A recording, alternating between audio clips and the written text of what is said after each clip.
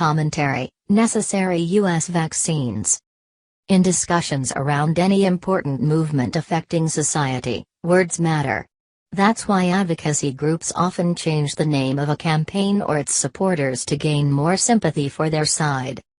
There is nothing wrong with that.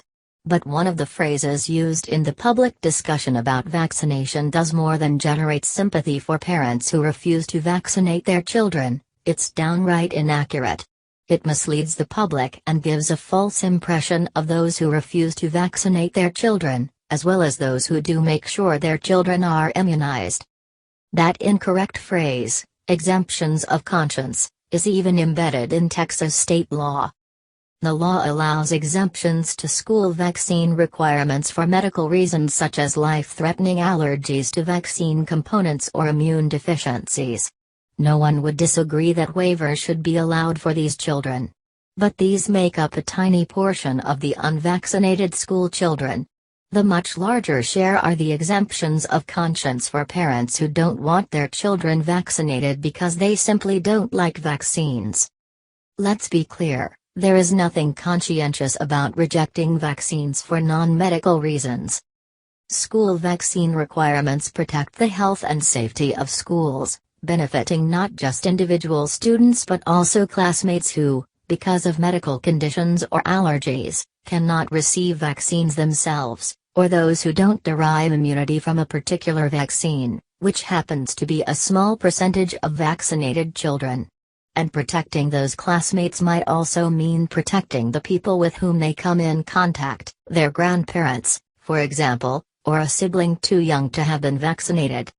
Conscience is defined as our inner sense of obligation to behave in morally good, caring and ethical ways.